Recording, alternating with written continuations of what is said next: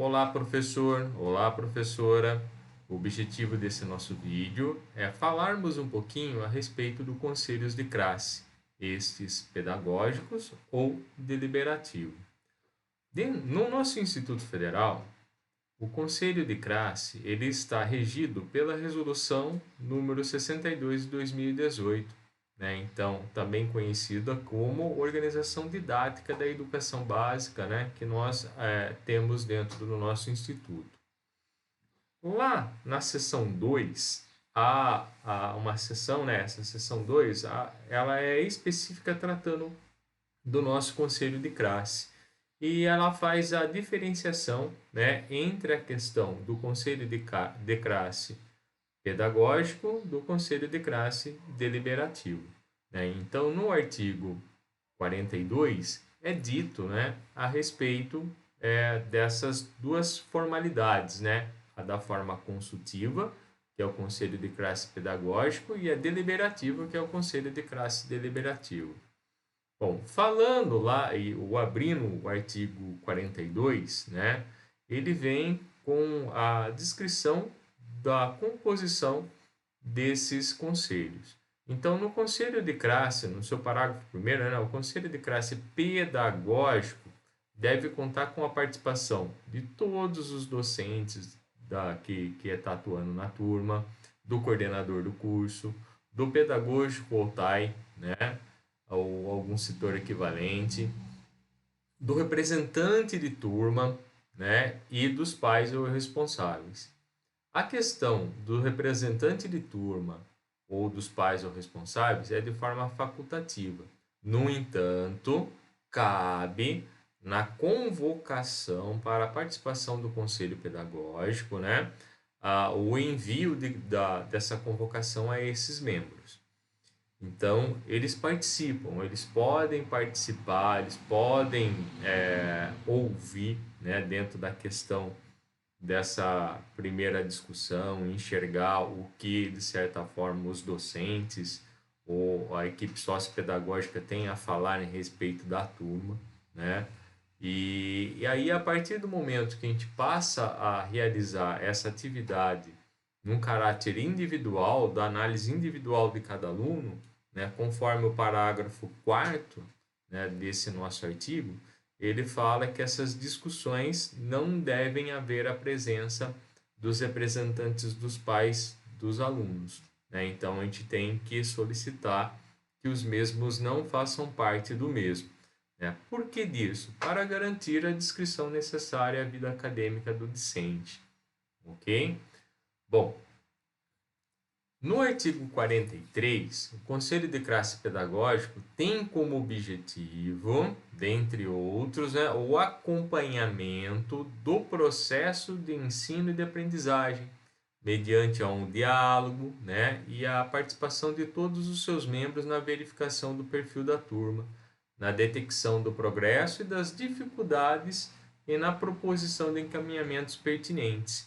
Então, no conselho pedagógico, é um momento onde nós temos que discutir a situação do aluno, né? O que nós podemos fazer para melhorar o processo de ensino por nossa parte e de aprendizagem do aluno, para que essa interação, de certa forma, ocorra de uma maneira eficaz e eficiente, né?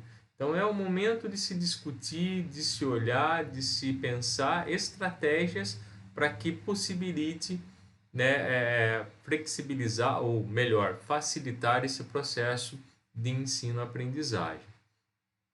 Bom, no artigo 44, ele fala quem preside a questão do conselho pedagógico, que no caso é o pedagogo ou o TAI responsável, né, fazendo parte da questão da CSP. Então, é presidido pela CSP como um todo, né? No artigo 45, né, fala que o conselho ele ocorre, né, de acordo com as necessidades apontadas pelo coordenador do curso ou a coordenadoria sociopedagógica. E a periodicidade do mesmo é bimestral, né? Então, de acordo com a estrutura do nosso curso, que nós temos um integrado, né? O integrado nosso ele é anual, né, dividida em 4 bimestres. Os nossos cursos concomitante e a educação de jovens e adultos, eles são semestrais. Então, é previsto o conselho pedagógico, né, a cada 2 meses, ok? E ao final, ao término, né, nós temos o conselho deliberativo. Bom, e o conselho deliberativo, Carlinhos? O que é isso daí, né? Bom, o deliberativo, ele já fala, né, já traz aí a questão do próprio nome, deliberar, né? É aquele no qual, no jargão popular, a gente fala assim, a gente bate o martelo em relação à situação de cada um dos alunos. No conselho de classe deliberativo, Carlinhos, nós temos que verificar aluno por aluno? Não, nós não verificamos aluno por aluno. Nós só olhamos os alunos que não conseguiram o seu aproveitamento de estudo de forma satisfatória, né? Então, são aqueles alunos que não atingiram o objetivo. Que objetivo, né? A nota, ok? O aluno que ele não atingiu frequência, Carlinhos, o que ele faz? Ele entra para essa questão do conselho deliberativo? Não, frequência não, né? Só a questão de nota. Se ele não teve o seu 75% de presença, ele está automaticamente retido, ok? Bom, quem deve participar desse conselho deliberativo? Todos os docentes que ministram aula na respectiva turma, assim como no pedagógico, o coordenador do curso, assim como no pedagógico, o pedagogo ou TAI, né, que faz parte da CSP, assim como o pedagógico. No deliberativo não participa o aluno e não o representante de turma, né? E também não participam os pais ou responsáveis, ok? Bom, no conselho deliberativo, quando ele é realizado? Ele é realizado no final do período letivo, né? Para os cursos anuais, né? No caso integrado lá em dezembro, e para os cursos semestrais, EJA e concomitante, em final de cada um dos semestres. E qual que é o objetivo? O objetivo é analisar o processo de ensino e de aprendizagem, considerando os aspectos qualitativos e quantitativos, ok? Quando a gente fala de qualitativo, a gente busca trazer evidências que traga, de certa forma, a participação, o envolvimento do aluno, né? E bem como discutir aí os possíveis situações que geraram dificuldade para que o mesmo, né, tivesse eficiência na questão desse processo de aprendizagem como um todo. E a gente analisa a questão do quantitativo, né, que envolve a questão da sua participação, da sua frequência, da sua nota, né? No entanto, a gente tem que, conforme está no artigo também 47, ele fala assim que prevalecendo o aspecto qualitativo dos resultados obtidos do estudante ao longo do período letivo. Então, o quantitativo é importante? Ele subsidia, né? Ele serve de subsídio para a gente em relação à questão dos qualitativos, ok? Mas tem que olhar o que o aluno trouxe de qualidade e dentro dessa questão da qualidade, nós iremos discutir internamente como colegiado, né? Como o conselho, né, se há a possibilidade desse mesmo aluno ser aprovado ou não na questão do conselho. Bom, o conselho deliberativo ele é dividido em três etapas, né? Três partes. A primeira, o representante da coordenadoria sociopedagógica ou setor equivalente fará uma análise da ficha individual do aluno, né? Então vai pegar o boletim, vai compartilhar com todos a questão do boletim do aluno. E na questão do boletim, a gente vai fazer uma análise para verificar se o mesmo, né, contempla de certa forma a aprovação pelo conselho ou não. Na segunda etapa, o conselho vai fazer um parecer pedagógico, né? E nesse parecer pedagógico, a gente, né, havendo um consenso, né, vamos elaborar o mesmo com a fundamentação do qual leva o aluno a ser aprovado ou não. Na terceira, né, após a conclusão do conselho de classe, a CSP, né, ou o setor equivalente, vai encaminhar a lista dos alunos, né, que foram discutidos dentro dessa questão do conselho pedagógico, né, com a devida situação para a CRA, para que a mesma possa fazer os devidos registros e divulgação, ok? Bom, em caso de divergência entre os membros do conselho em relação à aprovação ou não do mesmo, né, é adotado a questão do sistema de voto. Quem vota, né? Todos terão direito ao voto, né? Todos não, volta lá, né? Terão direito ao voto. O coordenador do curso e os docentes que lecionam para a turma, né, do estudante. Ocorrendo o empate, o resultado será pela aprovação do estudante.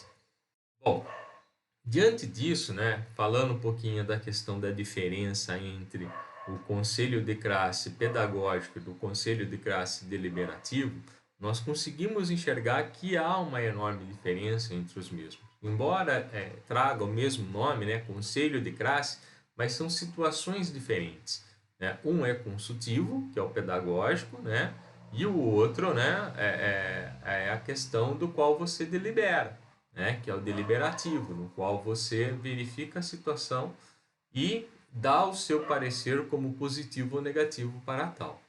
Bom, então para que isso, né, de certa forma, fique bem claro, fique bem mais ágil e eficaz para nós na questão da realização do nosso conselho pedagógico que ocorre nos finais dos períodos letivos, é muito importante para nós termos como base subsídio informações que estão atreladas ao conselho pedagógico, né? Então, para tal, é importantíssimo que cada docente cuide da questão da sua disciplina como um todo, né? E olhando as particularidades de cada um dos alunos, né? Então, diante dos apontamentos que a gente olha, analisa e verifica, nós temos que ter, né, de certa forma, um conhecimento sobre como mesmo está ocorrendo dentro da nossa sala de aula. E muitas vezes essa situação de olharmos o aluno, nós não devemos esperar chegar até o conselho final, o conselho deliberativo, né? Temos os conselhos anteriores, que são os conselhos pedagógicos, que são específicos para que a gente analise e verifique cada um dos casos dos nossos alunos.